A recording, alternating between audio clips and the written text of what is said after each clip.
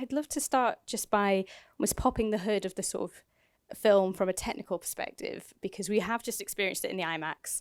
The sound in here especially is very heightened, and particularly the gunshots, I saw some of the audience really viscerally feeling them. Can you talk to us about your approach and your sort of intent for sound and how you worked with your sound team on the film? I can, absolutely.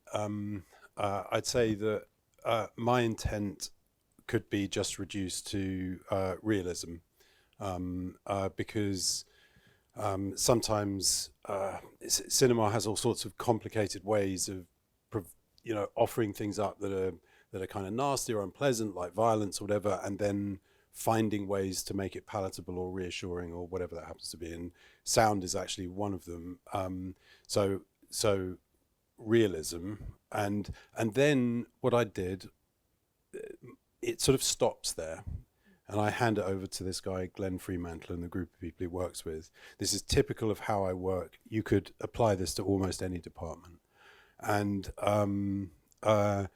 I say, look, here's a rough cut, here's the idea, we've chatted about it before, and then Glenn goes away. He just goes away and he does his work, and he's worked on every film I've ever worked on, and a number of weeks later he says, come back, and him and a group of other people who I could also list, but the principals there and their names are on the film, have created a soundscape, and the majority of what you encounter in the film has been done at that point. So there are these filmmakers in all these different departments. So this is a BFI crowd, so you guys know this already, I'm sure. But seriously, just to have stated it, that's really what happens. Then there's actually quite a short period of discussion. It's like, I don't know, 5 days, 6 days, a day a reel, and we go through it and we look at each reel and we make little adjustments. Sometimes we try something bold. So, you guys know this, a big explosion goes off, you put sort of tinnitus sound and you drop out all other sound. And we thought, what if we took out all sound except these 2 camera shutters, one sort of old-fashioned 35mm stills camera and the other one a film camera and the other one a digital camera, and that's it, and those are the only 2 sounds. And then so every now and then we'll do a sort of dice roll thing, but that stuff is few and far between. And all right, that's a long answer. It's Glenn. Great, good job, Glenn. I'm glad you mentioned the photography, actually, because that's such a heart of the film. You punctuate it with those black and white images from the sort of analog camera. How did you do those? Were they sort of composed in camera, or did you sort of shoot first and then pick out the frames? Sometimes it was photographs taken. Often it was stills. Is Dave here? Dave? Oh, Dave. There he is. There's Dave. So, sorry, Dave, I'm going to embarrass you. So, Dave, hide. Dave was an operator on the film. So, and because it's absolutely right. I agree. And because what you're seeing often is handheld on these quite interesting cameras we used, which are self-stabilizing cameras. Often what you're seeing is an operator's instincts. When you see a handheld film, whoever the operator might be, that's actually what you're encountering a lot of the time. And Dave's shit hot. And but he also had at times to move his camera as if he was the stills camera. So what would happen is, say if you throw your mind back now to the shootout leading up to the Oval Office, which has some really lovely black and white stills. What they really are is a combination between Kaylee, the actor who'd found these photos on her camera, and Dave. And Kaylee's tiny. Dave, you don't have to stand up, but Dave's quite big. And she would be behind him and she would swing him around as the camera and say, now go, go, go, now up here, and sort of capture the soldier as he shouts. And so it was a very strange kind of joint effort between these two, a little sort of dance between them with all these fucking muzzle flashes and shells flying everywhere, and it was quite intense. But anyway, good job, Dave. Thanks, Dave. That leads me quite nicely onto my next question, which is I've read that you don't operate with a shot list. You like to rehearse with your actors, so that feeds off. So Kaylee was finding the photographs, and then you were blocking the scene after. Is that how it happened? Not exactly. It's more that there is no single way to make a film. It's not really. There's no good way, bad way. There's probably some dumb ways, but I don't shot list. I actually hardly think about the day coming up before the day.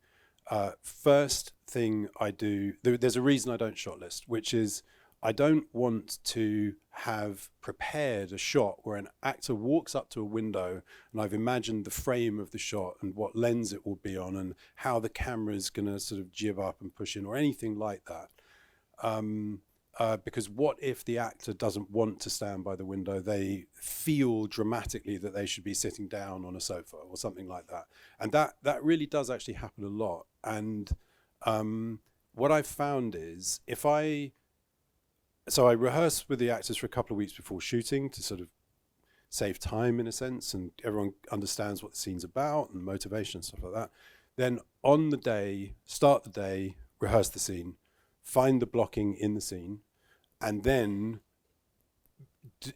do a lineup with the crew and discuss with the DOP and everybody how we're going to cover it. And I have never yet found that there is a scene that you can't find a way to cover in that methodology. So, of course, some people want to have a short list because they are making films in a slightly different kind of way, with slightly different kind of grammar.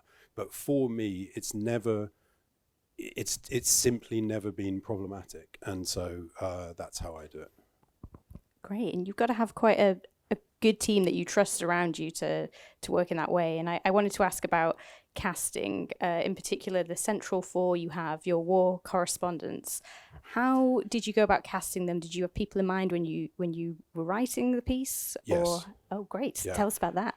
Well, a lot of these actors I'd worked with before, I work with the same crew very often, again and again and again, and that's true behind the camera. It's often true in front of the camera. I have never, at least overtly, directed a film without Sonoya Mizuno in the cast, for example. I've worked several times with Nick Offerman. Well, actually, it's fucking loads. So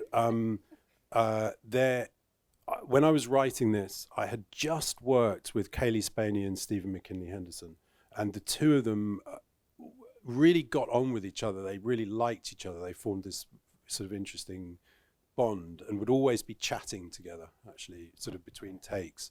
But also they're quite interesting as actors. They have a very different energy, and they're also both very sort of deeply, instinctively good actors.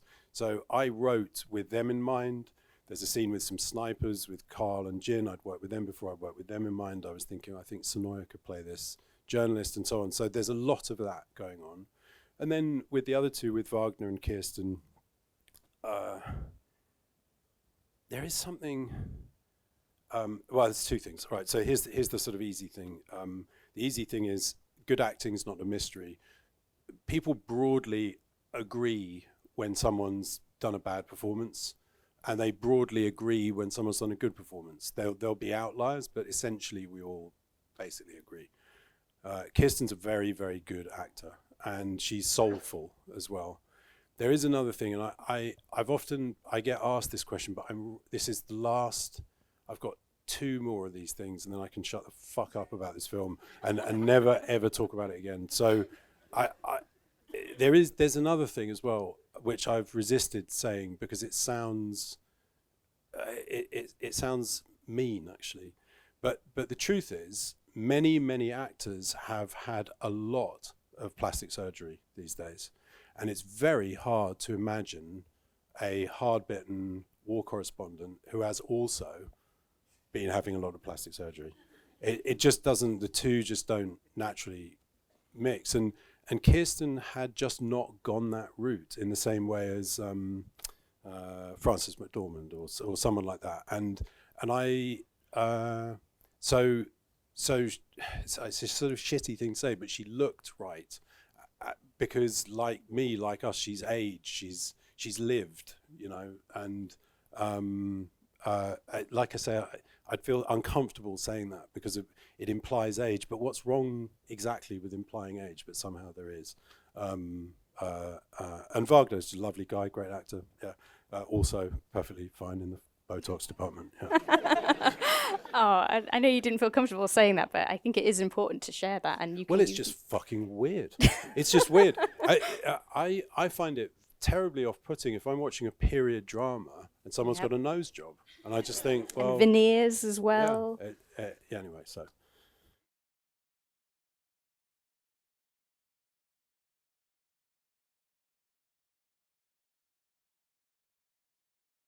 This is the thing I find myself saying again and again and again. I'm going to find a really short way of saying it, which I haven't mastered yet. It's a political film. It's a completely political film. There's people calling it apolitical. They don't know what the fuck they're talking about. It's not. It does have left-right elements, but it's got a different political element, which is centrist versus extremist, and that is the politics. And if you don't think that counts as politics, your definition is too narrow of what politics means. We have a problem. We have a problem in this country. We have a problem in America. In this country, the problem's about to go away because one party is in the process of imploding. That's not true in America. And it's also not true in many other countries around the world. There's a lot of polarized populist extremist politics which can lead to fascism. There's a system of checks and balances on that within government, but there's also journalists. And I was quite fixated around COVID time, which is when I wrote this 4 years ago, with some kind of objective madness that I was watching, I felt, in governments, and then journalism and journalists. And I'm born in 1970. Woodward, Bernstein, working for the Washington Post, took down a corrupt President Nixon by breaking a story. That's how they did it. Objectively, that wasn't happening these days. Something had happened to the media, and it worried me because you had extremists who had occupied mainstream political parties, and the journalists were not able to hold them to account. On top of that, journalists were being disliked. So as sort of middle-aged British guy, seeing BBC journalists who are really very impartial overall, they may, you know, sometimes they're not, but whatever, broadly they're impartial. Seeing them getting shouted at, spat on, sometimes assaulted, it actually offended me. It really, really offended me because these people are a protection for us. So I wanted to put them at the center of the story. Because I like them.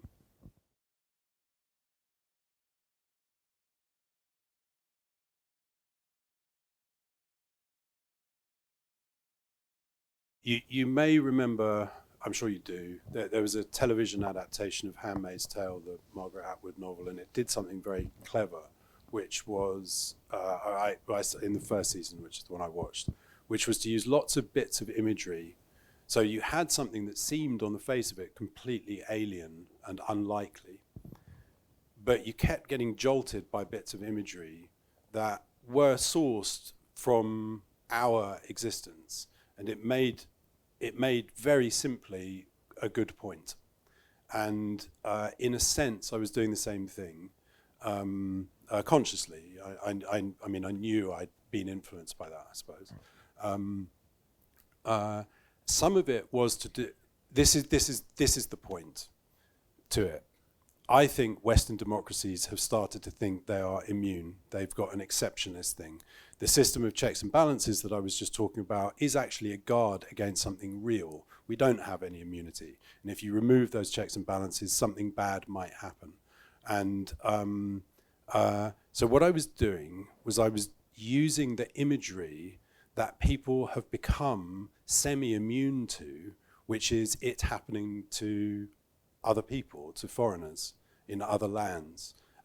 which in a way actually reinforces people's sense of immunity, because it's always somebody else, you know, and it's a fake sense of immunity, because fascism can come out of theocracies, it can actually come out of communism, it can be intentional fascism, but it can also come out of democracy, and it has come out of democracy more than once. So I was trying to jolt people, and the reference you just made and the connection to it, that's the same one I did, but there are others, but that's the reason.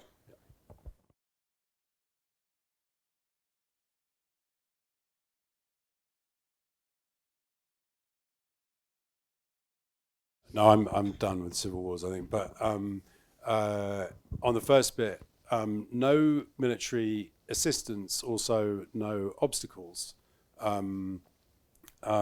What we had was, in the film, in the crew, but also in front of the camera, we had lots of veterans, and so we're really a lot. In fact, Dave and I, and the guy next to him as well. Hello. We're about to start working with one of those guys again on a rather sort of strange project. So what we had was hardware, tanks, MRAPs, assault rifles, 50 caliber, whatever the fuck, and all of that kind of thing, with people who really knew how to use them and move with them. So, for example, in that corridor sequence, 3 of those guys are Navy SEALs and one of them is a Marine. So we have assistance in that terms. It's not like DoD assistance. It's individuals' assistance, and we also had a lot of know-how. We had information about how things look, how things work, atmosphere, things like that. So lots of veterans, yes, assistance, but not probably in the way you framed it.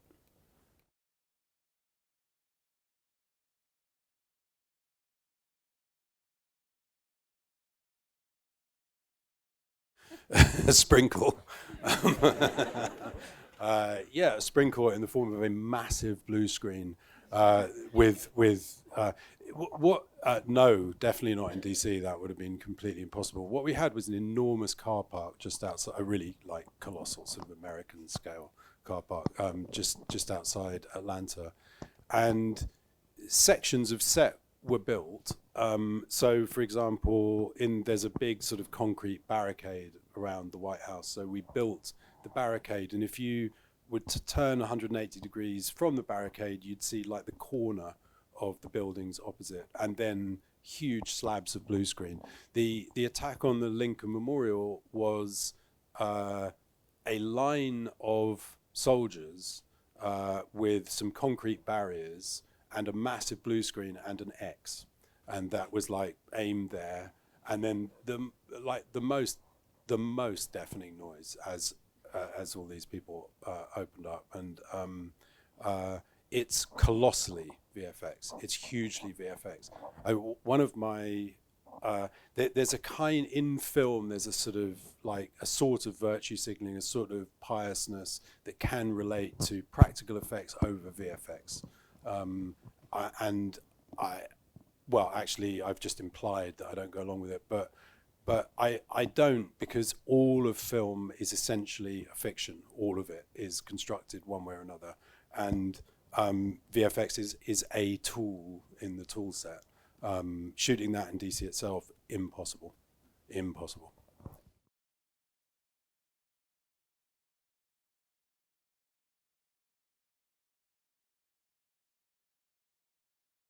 One realistic thing I included was to do with locations.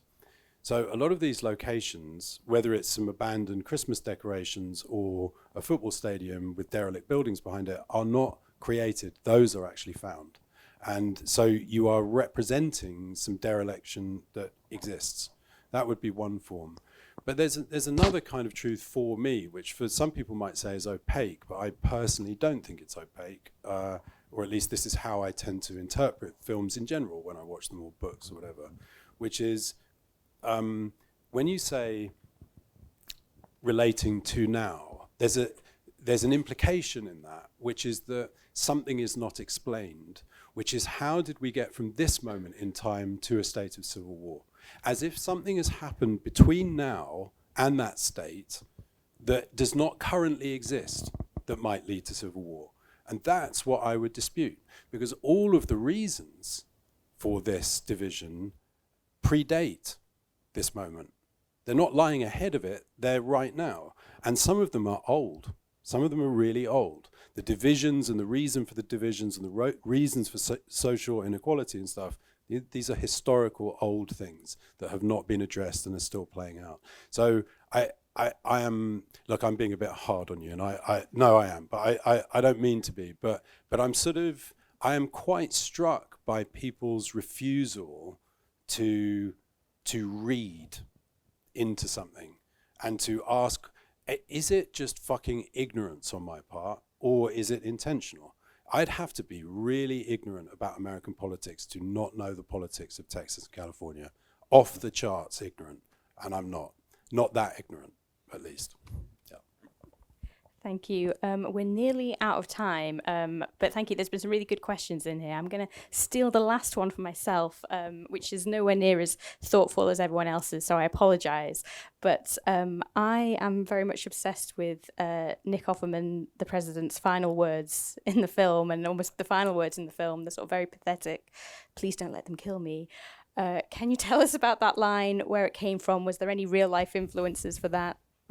There is, when they're name-checked in the film, actually, which is that these very terrifying guys who are literally dangerous as well, that are also pathetic, and that when the Wizard of Oz moment happens with some of these guys and the curtain gets pulled back, they are really pathetic and terrified, and a lot of power is not really contained within them. It's been sort of ascribed to them, or other people have facilitated it in a way often. And when the curtain drops, they're just hopeless. And so there's some people, Gaddafi and Ceausescu and Mussolini that get referenced in the film, but that could be a long list. And it's just saying this guy is another one of these pathetic people. Well, it's the callback as well. They predict he's going to be very disappointing at the end, and then he is. It's almost like very sort of satisfying. Well,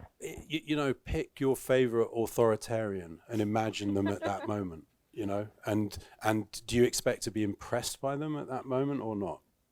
It would be that. Perfect. Seems like a good place to end. Thank you so much, Alex Garland. Thank you very much. Thank you all for your questions and for coming along.